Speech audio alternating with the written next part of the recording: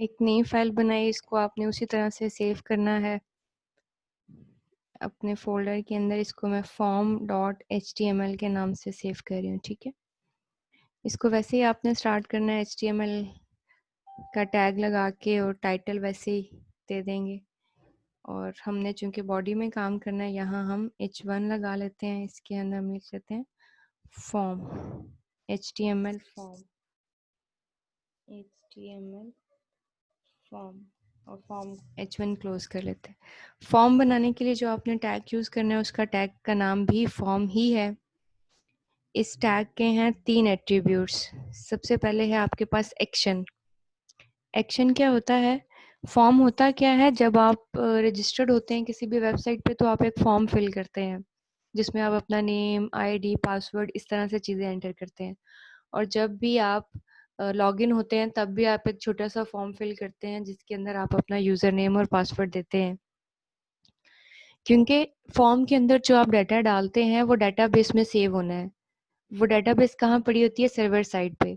इसका मतलब है फॉर्म में जो आपने डाटा डाला है वो यहाँ से कोई उठाएगा, उठा के सर्वर साइड पे ले जाएगा। तो सर्वर साइड पे डाटाबेस में स्टोर करने के लिए PHP का कोड चलता है।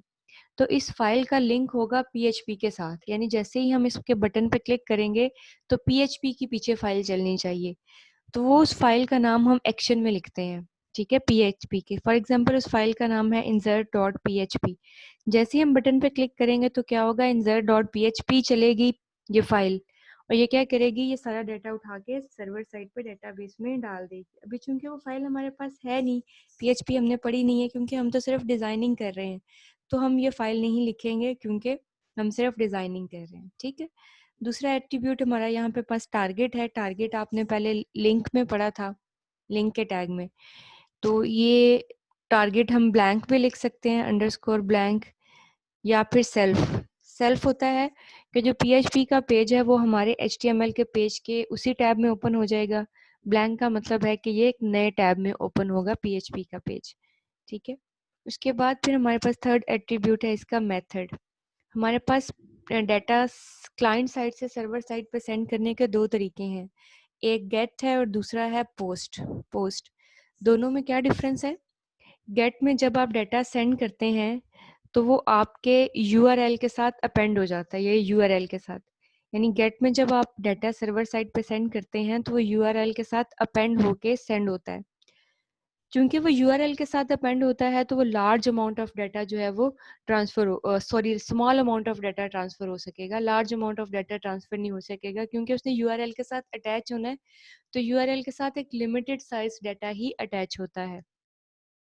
फिर चूंकि ये URL के साथ अटैच होता है तो ये विजिबल होता है, इसे कोई भी जो है ना वो दरमियान से हैक करके देख सकता है। तो हम इसमें नॉन सिक्योर डाटा ट्रांसफर करते हैं, ठीक है। यानी गेट में small amount of data transfer होता है और नॉन सिक्योर डाटा। पोस्ट में क्या होता है? हम large amount of data transfer कर सकते हैं, डाटा पैकेट्स की सूरत में ट्रांसफर होता है और डाटा इनक्रिप्ट होकर ट्रांसफर होता है। जब डाटा इनक्रिप्ट हो जाता है, इसका मतलब है कि कोई हैक भी कर ले तो उस डाटा को डिक्रिप्ट नहीं कर सकता आसानी से। तो पोस्ट में हम large amount of data client side से सर्वर साइड पे सेंड कर सकते हैं, और हम सिक्योर डाटा ट्रांसफर करते हैं पोस्ट के थ्रू। तो आप यहाँ पे कोई भी लिख लें, गेट या पोस्ट।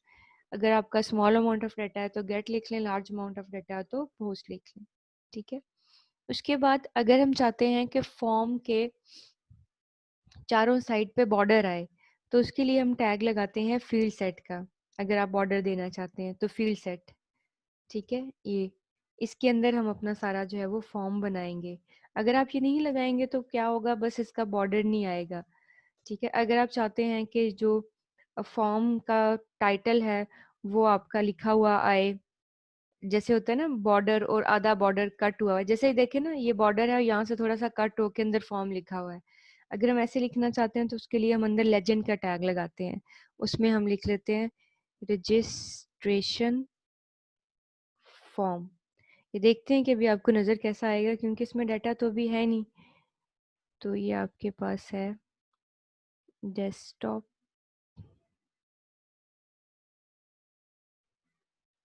ये देखें ऐसे। ये आपका फील्ड सेट है, जो लाइन आ रही है ना ये आपकी फील्ड सेट है ये। और इसके अंदर ये देखें थोड़ा सा कट करके क्या लिखा हुआ है, रजिस्ट्रेशन फॉर्म। ये इसको क्या कहते हैं, इसको कहते हैं लेजेंड, लेजेंड। ठीक है, उसके बाद आप यहाँ पे अपनी फॉर्म की चीज़ें एंटर कर सकते हैं। जैसे हम कहते हैं सबसे पहले लिखा हुआ है नेम और आगे लिखा हुआ है इनपुट टाइप इक्वल। इनपुट का टैग हम यूज़ करते हैं जब हमने यूज़र से कोई चीज़ लेनी होती है। जैसे हम चाहते हैं कि यहाँ पे नाम यूज़र एंटर करे, तो फिर हम इनपुट टाइप इक्वल टू, अगर आप टेक्स्ट बॉक्स बनाना चाहते हैं तो फिर आप लिखेंगे टेक्स्ट। टेक्स्ट में क्या है कि यूज़र डिजिट्स भी, अल्फ़ाबेट्स भी और करेक्टर्स भी, सारी चीज़ें एंटर कर सकेगा। और हर बॉक्स का कोई ना कोई नाम होता है, नेम। ये नेम हम किस लिए रखते हैं, क्योंकि जब हमने इस बॉक्स से डाटा उठाना है तो इसका नाम बता के उठाएंगे कि फ्लां बॉक्स से। ठीक है, जब तक इसका नाम नहीं पता होगा हम इस बॉक्स का डाटा नहीं उठा सकेंगे। तो इनके नाम हम खुद रखते हैं, जैसे हम वेरिएबल्स के नाम रखते हैं। जैसे मैंने टी नेम यहाँ पे रख लिया। ठीक है, सिंपल नेम भी रख सकते थे। अभी हम देखेंगे कि सिर्फ इतना लिखने से यहाँ पे क्या हो रहा है, नेम और आगे ये बॉक्स, इस बॉक्स के अंदर हम डाटा डाल सकते हैं। ये हमने डाटा डाला, ये जो हमने इसके अंदर डाटा डाला है उसे कहते हैं इस बॉक्स की वैल्यू, बॉक्स की वैल्यू। ये वैल्यू हम चाहें तो हम अभी फिलहाल जब आपने ये आपका बॉक्स जो है ना वो जब आया है तो आपका खाली था बिल्कुल, आपने बाद में इसमें डाटा डाला। अगर हम चाहते हैं कि यहाँ पहले से ये वैल्यू लिखी हुई हो तो फिर हम यहाँ पे वैल्यू के अंदर कोड के थ्रू भी डाटा डाल सकते हैं। ये देखिए, ये पहले से। अब हम लेकिन चेंज कर सकते हैं, इसके अंदर नया भी कुछ लिख सकते हैं। ठीक है, लेकिन अगर हम चाहते हैं कि हम इसमें नया ना लिख सकें तो उसके लिए हम लिख लेते हैं read only equal to true. ठीक है, उससे क्या होगा कि अब आपका बॉक्स जो सिर्फ रीड हो सकता है, इसके अंदर आप लिख नहीं सकते। मैं क्लिक कर रही हूँ, मैं इसके अंदर लिख नहीं सकती। ठीक है, अभी ये लेकिन एक्टिव बॉक्स है, लेकिन आप इसको रीड ओनली कर सकते हैं, राइट नहीं कर सकते। ठीक है, और अगर आप चाहते हैं कि आप इस बॉक्स को डिसेबल कर दें, डिसेबल, तो डिसेबल इक्वल टू ट्रू लिख लें या सिंपल डिसेबल लिख लें, तब भी आपका ये काम करेगा। उसमें आपका बॉक्स देखें क्या हो गया, डल हो गया। यूजर को पता चल गया कि मैं अब इस बॉक्स के अंदर राइटिंग नहीं कर सकता। ठीक है, फिर आपके पास एक प्रॉपर्टी है कि अगर आप चाहते हैं कि यूजर इस बॉक्स में लाजमी डाटा एंटर करे, तो या तो रिक्वायर्ड इक्वल टू ट्रू लिख लें या सिंपल रिक्वायर्ड लिख लें। इससे क्या होगा, इस बॉक्स में डाटा एंटर किए बगैर यूजर जो है वो बटन पे क्लिक नहीं कर सकता। ठीक है, यानी फॉर्म सबमिट नहीं हो सकता। ये आप एरर तभी देखेंगे जब आप बटन लगाएंगे। ठीक है, तो बटन लगाने के लिए आपने लिखना है input type equal to submit. Form का जो सबमिशन होती है वो हमेशा टाइप सबमिट से होती है। अगर आप टाइप बटन लिखेंगे तो वो सिंपल बटन बनेगा, लेकिन वो फॉर्म को सबमिट नहीं करेगा। तो हम इसका नाम भी रख लेते हैं सबमिट इस बटन का। फिलहाल ये बटन आपको जो है ना वो सामने नजर आएगा इसके, इसलिए कि हमने बी आर नहीं लगाई। अगर आप चाहते हैं कि ये बटन आपको नीचे नजर आए तो इसके लिए आप यहाँ पे क्या यूज कर लेंगे, बी आर। ठीक है, मैं 2 बी आर लगा के इस बटन को यहाँ से नीचे ले आते, ये बटन। अब मैं क्लिक करूंगी तो मुझे एरर मैसेज आ जाएगा, please fill out this field. ये एरर मैसेज क्यों आया है, क्योंकि मैंने टेक्स्ट बॉक्स के ऊपर क्या लगाया हुआ है, रिक्वायर्ड, रिक्वायर्ड। अगर मैं रिक्वायर्ड नहीं लगाऊंगी तो मुझे ये एरर मैसेज नहीं आएगा, मेरा फॉर्म डाटा एंटर किए बगैर भी सबमिट हो जाएगा। लेकिन उससे क्या होता है, आपके डेटाबेस में ब्लैंक रिकॉर्ड्स चले जाते हैं। ठीक है, तो ब्लैंक्स रिकॉर्ड नहीं जाने चाहिए, इसलिए हम ये रिक्वायर्ड लगाते हैं। ठीक है, फिर अगर चाहते हैं आप कि आपके बॉक्स में पहले से लिखा हुआ है कि प्लीज एंटर योर नेम, जिसे लिखा आता है ना पीछे कि प्लीज एंटर योर नेम यहाँ पे, तो उसके लिए हम यहाँ पे लिखते हैं placeholder, placeholder equal to enter your name. तो ये यहाँ पे लिखा आ रहा है एंटर योर नेम। जैसे ही आप यहाँ पे क्लिक करेंगे और यहाँ पे लिखेंगे तो आपका वो पहले वाला गायब हो जाएगा। ठीक है, जैसे ही आप एस भी प्रेस करेंगे तो वो गायब, क्योंकि ये आपका क्या है, ये आपका प्लेस होल्डर है। ठीक है, इसी तरह नेक्स्ट फॉर एग्जांपल आपने लिखना है पासवर्ड, पासवर्ड। तो उसके लिए आप क्या करेंगे, input type equal to password, type भी क्या लिख लेंगे, पासवर्ड। मैं अब नेम नहीं लिख रही, इनके नेम मैंने आपको बता दिया क्या होते हैं। तो ये हम ज़रूरी होते हैं जब आप प्रोग्रामिंग करते हैं। फिलहाल यहाँ पे इनका कोई रोल नहीं है। टाइप इक्वल टू पासवर्ड, जैसे ही हमने टाइप इक्वल टू पासवर्ड लिखी, मैं यहाँ पे लाइन ब्रेक भी लगा देती हूँ। जैसे ही हमने टाइप इक्वल टू पासवर्ड लिखी तो ये आपका बॉक्स ऑटोमेटिकली पासवर्ड बन गया। ठीक है, अब आप इसमें जो भी लिखेंगे वो आपको जो है ना वो विजिबल नहीं होगा, ऑटोमेटिकली ये पासवर्ड बॉक्स बिहेव कर रहा है। ठीक हो गया। इसी तरह से आ जाते हैं आपके पास रोल नंबर। आपने लिखा रोल नंबर, उसके लिए आपने इनपुट टाइप इक्वल टू यहाँ पे क्या लिखना है, नंबर। नंबर हमने लिखा ताकि अब हम इस बॉक्स के अंदर सिर्फ नंबर एंटर कर सकेंगे, नंबर। ठीक है, यहाँ पे BR लगा लेते हैं एंड पे। ठीक है, अब आप जस्ट यहाँ पे नंबर, अब मैं यहाँ पे एच जो है ना वो एंटर कर रही हूँ, लेकिन मेरा एंटर नहीं हो रहा। मैं यहाँ पे 4 लिखूंगी ठीक है, 7 लिखूंगी ठीक है, 8 9, लेकिन जब मैं कोई अल्फ़ाबेट एंटर कर रही हूँ तो वो एंटर नहीं हो रहा। ठीक है, अब हम इसमें प्रॉपर्टी भी लगा सकते हैं, मैक्स और मिन। ठीक है, max equal to for example मैंने लगाया 50, कि 50 से बड़ा नंबर एंटर ना हो। ठीक, तो मैं यहाँ पे रिफ्रेश किया, 1 मिनट वेट।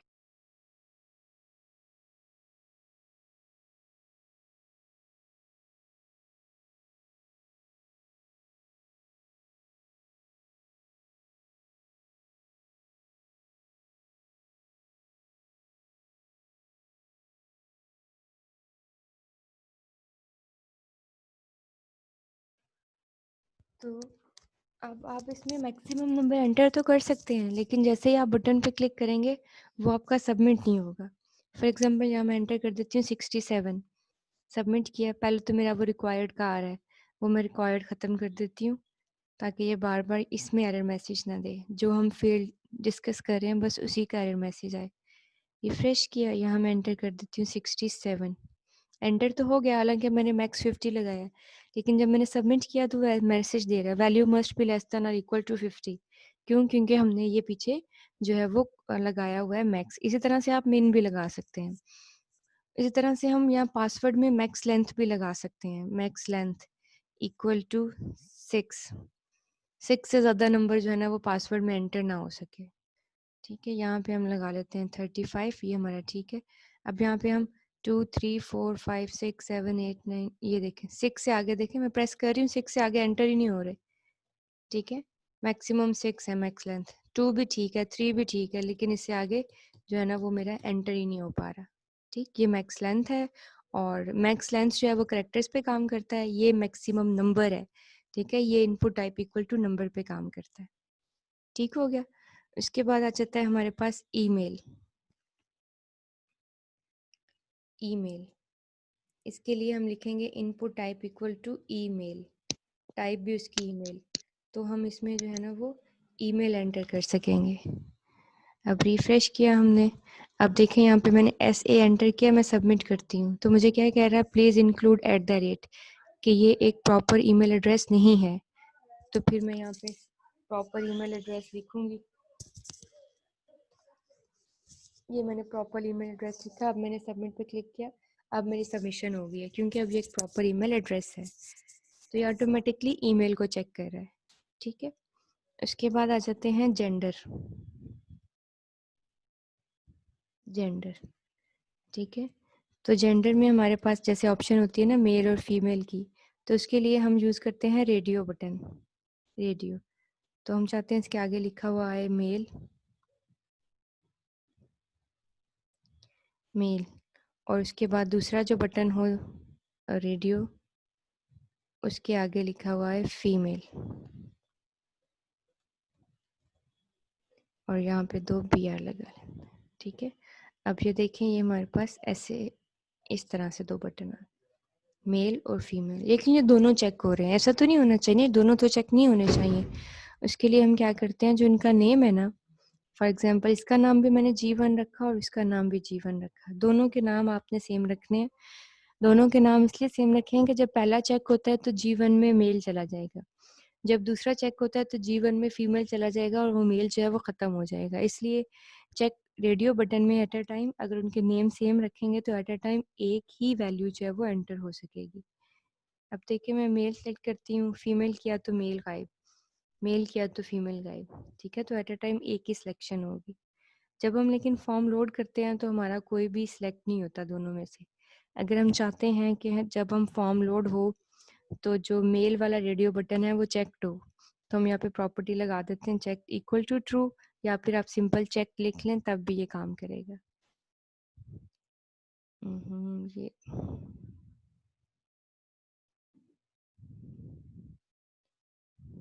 रिफ्रेश किया इसको, देखें अब मेल जो है ना वो हमारा ऑलरेडी क्या है, चेक्ड है। ठीक हो गया। उसके बाद रेडियो बटन के बाद आ जाते हैं चेक बॉक्सेस। तो उसके लिए मैं लगा रही हूँ स्किल, मैं एक BR यहाँ पे लगा रही हूँ न्यू टैब के लिए।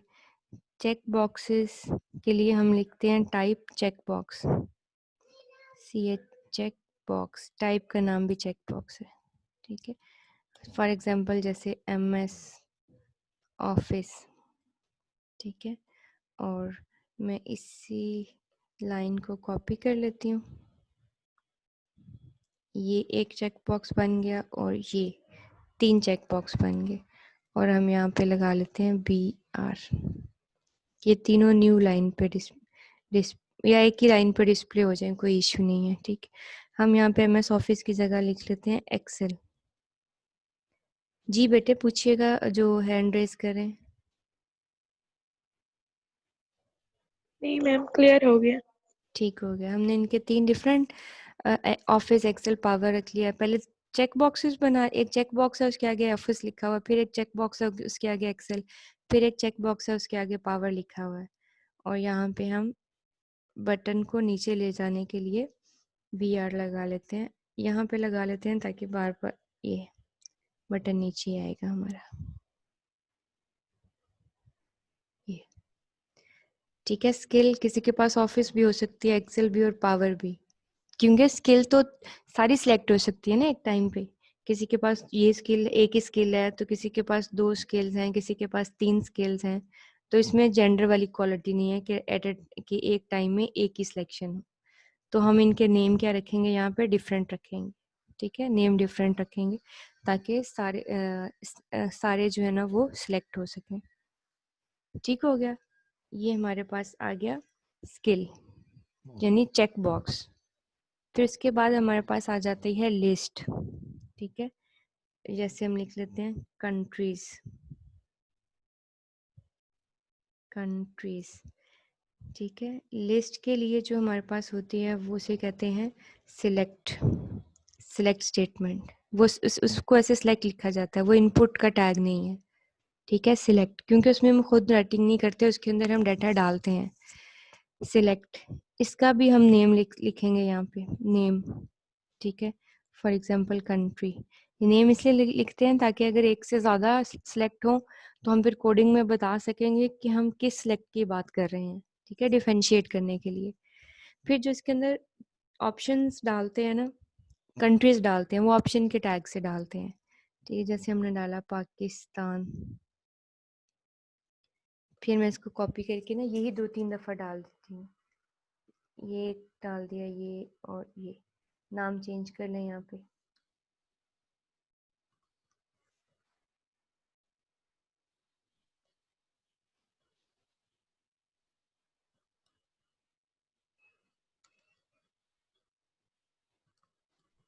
ठीक हो गया, अब देखते हैं इसका व्यू कैसा नज़र आ रहा है। ये कंट्रीज, ये सारी लिस्ट आ गई आपके पास। ठीक है, तो आप इसमें से सिलेक्ट कर सकते हैं। अगर हम चाहें तो पहली जो ऑप्शन है ना हमारी, हम अक्सर ऐसा होता है कि जो पहली ऑप्शन होती है ना उसके अंदर लिखा होता है सिलेक्ट कंट्री, पहली ऑप्शन। तो वो हमारे पास जो पहली ऑप्शन होगी ना वो फिर ऐसे सिलेक्ट कंट्री, फिर हम नीचे से कंट्री सेलेक्ट करेंगे। फिर उसमें हम ना प्रोग्रामिंग में ये करते हैं कि अगर किसी ने ये जीरो वाला ये इंडेक्सेस हैं सारे, जैसे अरे के अंदर डाटा डाला होता है, अगर किसी ने जीरो वाला इंडेक्स सेलेक्ट किया है ना तो हम कहते हैं कि प्लीज सेलेक्ट, कि सिलेक्ट करें, अभी भी आपका कुछ सिलेक्ट नहीं है, हमारे जो ये 1 से स्टार्ट हो रही है। इनके साथ भी हम यहाँ पे ना ऑप्शंस के अंदर ना डालते हैं वैल्यू, जो डेटाबेस में जाती है कि जो भी यूजर अगर पाकिस्तान सेलेक्ट करते हैं ना तो डेटाबेस में इसकी वैल्यू पाकिस्तान चली जाए। ठीक है, वो भी हम यहाँ पे स्टोर करते हैं प्रोग्रामिंग पर्पस के लिए। अगर देखें यहाँ मैंने पाकिस्तान में वैल्यू डाली है, आपको यहाँ पे कुछ भी चेंज नजर नहीं आएगा, इसलिए कि ये विजिबल नहीं होती यहाँ पे, ये हमने बैकएंड पे स्टोर किया है डेटाबेस में डालने के लिए। ठीक है, यहाँ पे विजिबल नहीं होगी। हम यहाँ पे डाल लेते हैं साथ साथ इनकी वैल्यूज कि ये डेटाबेस में ये वैल्यूज स्टोर होंगी। ठीक है, ये हमारे पास क्या है, सिलेक्ट स्टेटमेंट। उसके बाद यहाँ पे बी आर ऐड करने दो, ये सिलेक्ट के बाद फिर हमारे पास आ जाता है टेक्स्ट एरिया। जैसे फॉर एग्जांपल हमने यूजर से लेना हो ना फीडबैक, फीडबैक बी आर, तो हम टेक्स्ट एरिया लगाते हैं। टेक्स्ट एरिया, ये टेक्स्ट बॉक्स से थोड़ा सा बड़ा साइज होता है इसका। और इसमें अच्छा ये सिलेक्ट में एक एट्रीब्यूट भी था, वो भी बता देती हूँ। यूज तो इतना नहीं होता वो, लेकिन वो एट्रीब्यूट है इसका, that is size, size equal to 2। By default आपके जो विजिबल ऑप्शंस है ना वो एक ही है पहली, लेकिन अगर आप चाहते हैं कि आपकी दो विजिबल हों तो फिर आप देखें, मैंने 2 लिखा तो 2 विजिबल होगी। अगर मैं 3 लिखूंगी तो 3 विजिबल हो जाएंगी, 3। ठीक है, 3 देखें विजिबल होगी। ठीक है, तो ये साइज इसका एट्रीब्यूट है, ये इतना यूज नहीं होता क्योंकि हम बाय डिफॉल्ट एक ही विजिबल रखते हैं। ठीक है, टेक्स्ट एरिया मैंने लगाया। टेक्स्ट एरिया का साइज डिफाइन करने के लिए आप लिखते हैं इसके कॉलम, मैं कहती हूँ 5 कॉलम होनी चाहिए और रोज होने चाहिए 6।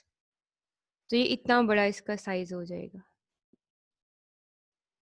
ठीक है, ये साइज हो गया। अगर हम चाहते हैं कि नहीं कॉलम ज़्यादा होने चाहिए तो हम ये 12 करते। ये देखिए, ये टेक्स्ट एरिया। और बढ़ाना चाहते हैं इसको और साइज बड़ा कर दें, ये और जो है वो इंक्रीज हो जाएगा। ठीक है, जहाँ पे यूज़र अपना फीडबैक लिखता है। ठीक हो गया, ये टेक्स्ट एरिया हो गया हमारे पास। उसके बाद टेक्स्ट एरिया के बाद और क्या चीज़ होती है फॉर्म में,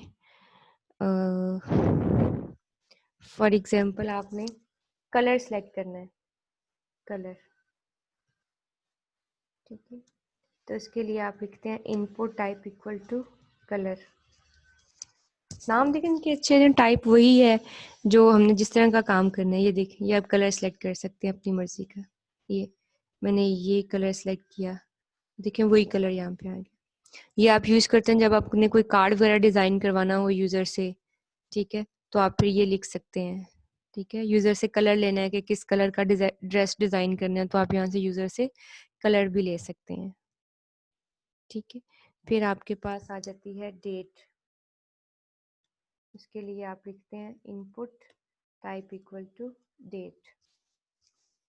डेट वो उसमें आपके पास जो है ना वो एक फॉर्म ये आ गई, ये डेट। ठीक है, जिसमें आप डेट ऑफ बर्थ यूज़र से ले सकते हैं। इसमें आप मिनिमम और मैक्सिमम डेट भी लगा सकते हैं कि मिनिमम इतनी डेट एंटर हो और मैक्सिमम इतनी डेट एंटर हो। ठीक, इसके बाद आपके पास टाइम भी होता है, input type equal to time. Input type equal to month, month में सिर्फ मंथ आएगा, टाइम में सिर्फ टाइम आएगा। फिर आप ये स्लाइड्स में भी गिवन है ये वाले। फिर उसके पास आ जाती है आपके पास फाइल। अगर आपने यूज़र से कोई फाइल लेनी हो तो उसके लिए आप लिखते हैं यानी input type equal to file. File उसमें क्या होता है, ये देखिए जैसे लिखे ना चूज फाइल, ये आपका आ गया आपके कंप्यूटर का। फॉर एग्जांपल ये मैं यहाँ से वेब कोर्स आउटलाइन सेलेक्ट कर रही हूँ। ये देखिए वेब कोर्स आउटलाइन होगी, सिलेक्ट होगी मेरी। ठीक है, जैसे आप अपने सीवी वगैरह कहीं अपलोड करते हैं तो वहाँ पे ये आप यूज़ करते हैं। फिर आ जाती है आपके पास range. Input type equal to range, नाम भी इसका रेंज ही है। रेंज, रेंज में क्या होता है आपके पास, ये देखिए ये ऐसे बार आ गए ना, ये आप जैसे कहते हैं ना ये 0 से स्टार्ट होता है बाय डिफॉल्ट, 0 से 100 तक इसकी वैल्यू। आप कहते हैं कि यहाँ से यहाँ तक सिलेक्ट हो और इतने 0 से इतने तक के ड्रेसेस जो हैं वो डिस्प्ले होने चाहिए, तो वहाँ पे आप रेंज लगाते हैं। आप इसमें भी मिन और मैक्स लगा सकते हैं। आपने मिन लगाया फॉर एग्जांपल 10 और मैक्स लगाया 1000, तो ये 10 से 1000 तक चलेगा। ये इसकी वैल्यू 10 से 1000 तक होगी। ठीक है, इसकी रेंज मिनिमम 10 होगी और मैक्सिमम 1000 होगी। यहाँ पे नज़र नहीं आ रही, ये लिखी नहीं होती, वो हम खुद फिर फॉन्ट के टैग में इधर उधर लिख लेते हैं, इसके साथ लिखी हुई नहीं आती। ठीक, फिर जो है वो इसमें रेंज रेंज हो गया हमारे पास। मेरा ख्याल है ये सारे एट्रीब्यूट्स कवर हो गए हैं। स्लाइड्स में चेक कर लेते हैं। फॉर्म,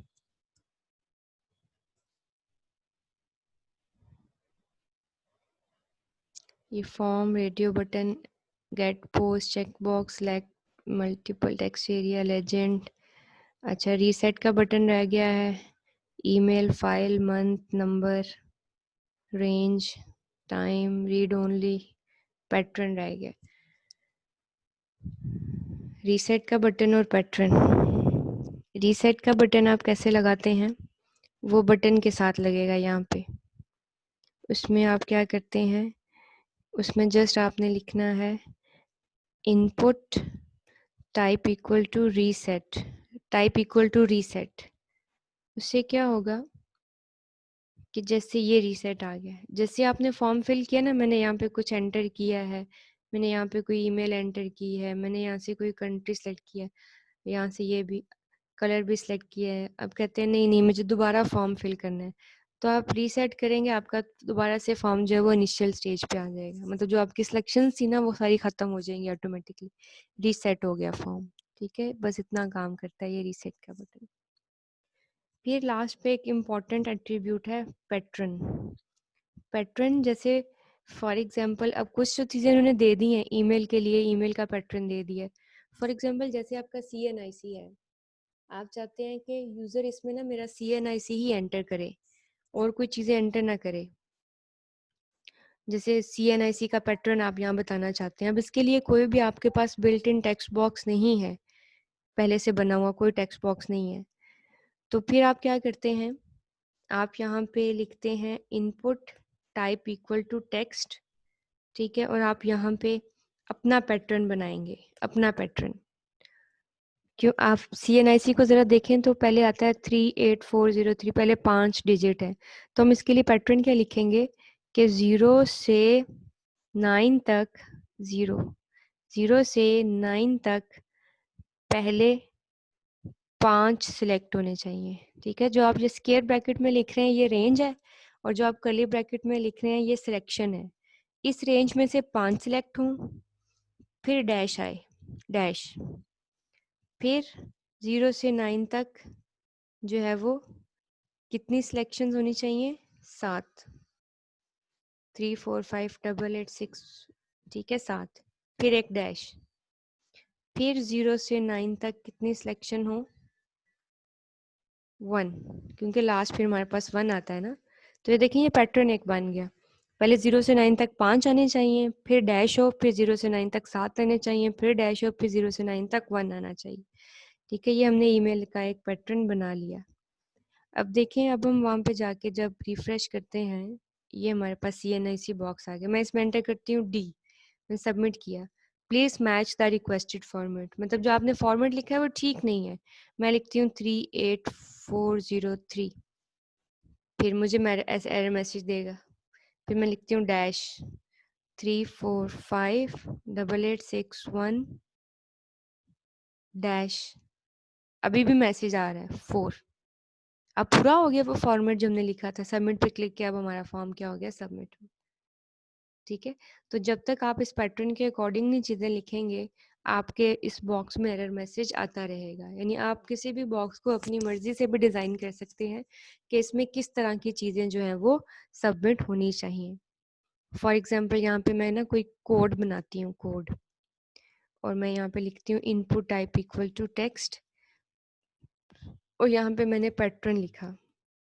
पैटर्न में मैं कहती हूँ उस कोड के अंदर ना 3 अल्फ़ाबेट्स आए, या तो वो A to Z कैपिटल हो, या तो A to Z स्मॉल भी हो सकते हैं। ठीक है, ये मैंने रेंज बता दी, रेंज, और मैंने कह दिया इस रेंज में से 3 सिलेक्शन हो, इस रेंज में से 3। ठीक है, तो अब देखिएगा ये कोड। ठीक है, अब मैं इसमें ना 5 6 लिखती हूँ, नहीं फॉर्मेट ठीक नहीं है। अब मैं टी वाई लिखती हूँ, फॉर्मेट ठीक नहीं है। अब मैं टी वाई के साथ यू लिखूंगी ना तो ये सबमिट हो जाएगा। क्यों? क्योंकि मैंने वहाँ पे 3 बोला था, 3, कि कैपिटल ए टू जी हो या स्मॉल ए टू जी, कितनी सिलेक्शंस हो सके? सिर्फ 3 सिलेक्शंस हो सके। ठीक हो गया। ये हमारे पास है सारा फॉर्म, सारा फॉर्म, और इसको इस तरह से मतलब ये डिज़ाइन होता है। ये सारे तकरीबन वही चीज़ें हैं जो हम यूज़ करते हैं। हाँ, इस फॉर्म के ऊपर हम वैलिडेशंस मज़ीद लगा सकते हैं। जैसे हम कहें कि पासवर्ड में कोई कैपिटल भी होना चाहिए लफ्ज़, पासवर्ड में कोई नंबर है या नहीं। ये चीज़ अभी एचटीएमएल नहीं कर सकती, क्योंकि एचटीएमएल प्रोग्रामिंग नहीं ना कर सकती हमारी, तो ये प्रोग्रामिंग नहीं हो सकती यहाँ पे। ठीक हो गया। तो ये हमारा फॉर्म, और यहाँ पे हमारी एचटीएमएल जो है वो हम फॉर्म के साथ ही एचटीएमएल को ख़त्म कर देते हैं। अब हम स्टार्ट कर रहे हैं सीएसएस।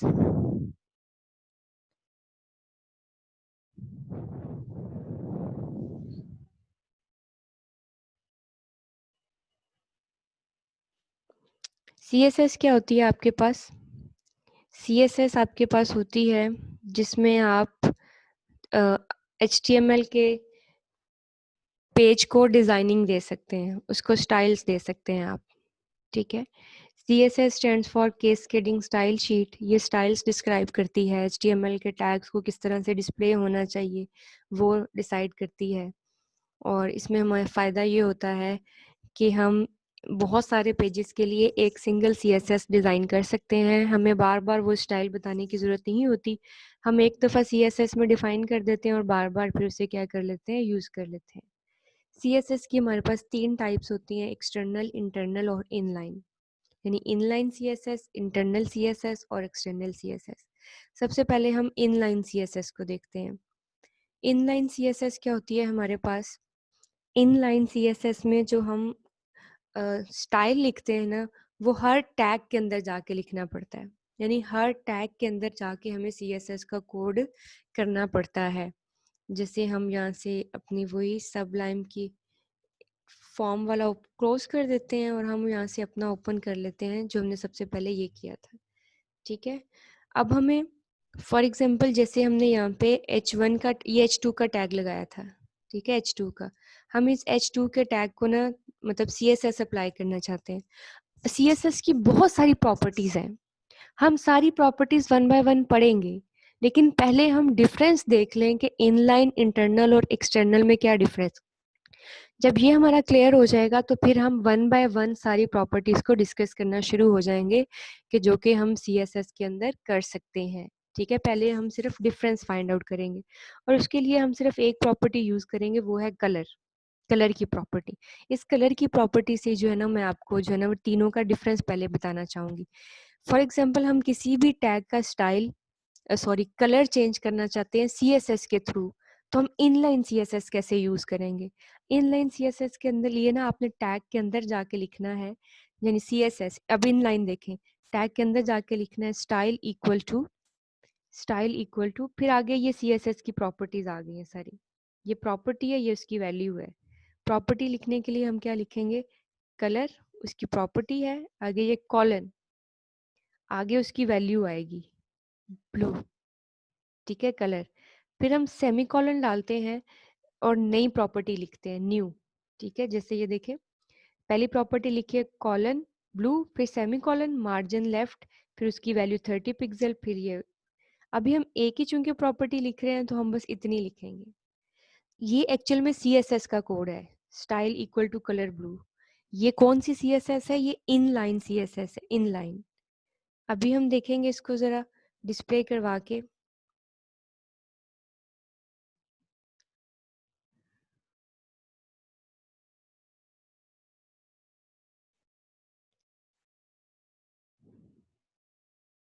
अब देखें, वो जो हमारी हेडिंग थी वो किस में आ रही है?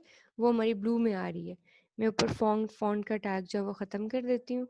ये जो इसके ऊपर फॉन्ट का टैग, ये H2, ये हमारा ब्लू आ रहा है H2।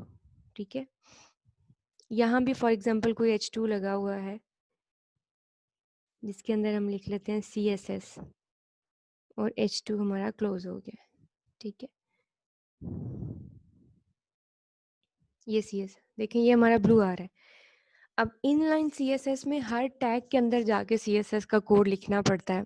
अब दूसरा H1 है, उसका कलर चेंज नहीं हुआ, वो वही है, ठीक है, वो नहीं चेंज हुआ। अब उसको कलर चेंज करना है तो दोबारा उस टैग के अंदर जाके CSS का कोड लिखना पड़ेगा हर टैग के अंदर। ये तो बहुत ज़्यादा डिफिकल्ट हो जाएगा ना हमारे लिए कि हर टैग के अंदर जाके हम CSS का कोड लिखें। तो क्यों, अगर 10 टैग हैं, 10 टैग के अंदर CSS का कोड लिखा है और यूज़र कहता है इसे चेंज करें, तो 10 टैग के अंदर जाके उसे चेंज भी करना पड़ेगा। ये बहुत ज़्यादा डिफिकल्ट हो जाता है। अब इसके लिए फिर हम क्या करते हैं, हम इंटरनल, हम इनलाइन CSS यूज़ नहीं करते। मतलब इसका सोल्यूशन क्या है, internal CSS। Internal internal CSS में क्या करते हैं, आप हेड सेक्शन में जाके ना, हेड सेक्शन में जाके तो यहाँ पे हम लिख लेते हैं स्टाइल का टैग, स्टाइल, ठीक है। स्टाइल के टैग के अंदर आप टाइप भी लिख सकते हैं कि हम ये CSS का कोड कर सकते हैं, वरना आप इसको रिमूव भी कर सकते हैं, अब इसकी ज़रूरत नहीं है, ठीक है। तो ये आपने स्टाइल का टैग लगाना है और फिर आप जो है ना अपना सिलेक्टर पिक करना है। सिलेक्टर फॉर एग्जांपल हम यहाँ पे पिक कर लेते हैं H2। सिलेक्टर क्या होता है, वो वाला टैग जिसके ऊपर आप CSS अप्लाई करना चाहते हैं, वो टैग जिस पे आप CSS अप्लाई करना चाहते हैं वो आपका क्या है, सिलेक्टर है। तो H2 हमारा क्या हुआ यहाँ पे, सिलेक्टर। और फिर हम अंदर लिखते हैं वो प्रॉपर्टी, क्योंकि मैं सिर्फ एक प्रॉपर्टी अभी कर रही हूँ, कलर, और यहाँ पे लिख देते हैं हम उसकी वैल्यू, ठीक है, ब्लू। अब देखिएगा हमने H2 सेलेक्ट किया और कलर ब्लू किया, मैं सेव किया और उसको जाके रिफ्रेश करते हैं और तो ये दोनों पे अप्लाई हो गया। मतलब पेज के अंदर, यहाँ पे भी हमने पेज के अंदर जितने भी H2 थे ना वो सबके ऊपर अप्लाई हो जाएगा, एक पेज के ऊपर, ठीक है। फायदा क्या हुआ, हमें 2 जगह जाके कोड नहीं लिखना पड़ा। अगर हमारे पास 3 H2 थे तो 3 जगह नहीं, हमें एक दफ़ा H2 लिखना पड़ा और वो सब